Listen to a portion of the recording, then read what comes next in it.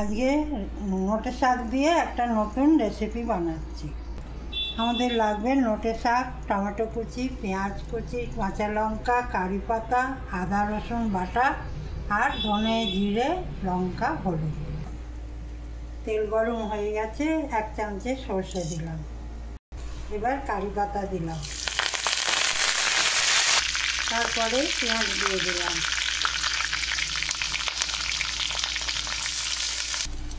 পেঁয়াজটা লাল করে ভেজে নিয়েছি। এবার টমেটো আর কাঁচা লঙ্কা দিচ্ছি,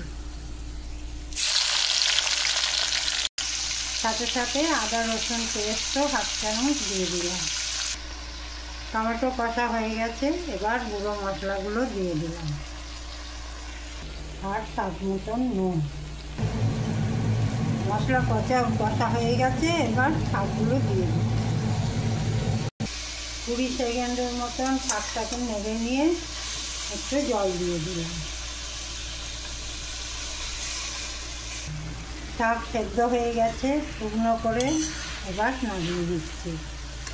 নোটে শাক কারি রেডি। রুটি দিয়ে বা ভাত দিয়ে সুন্দর খাওয়া যায়।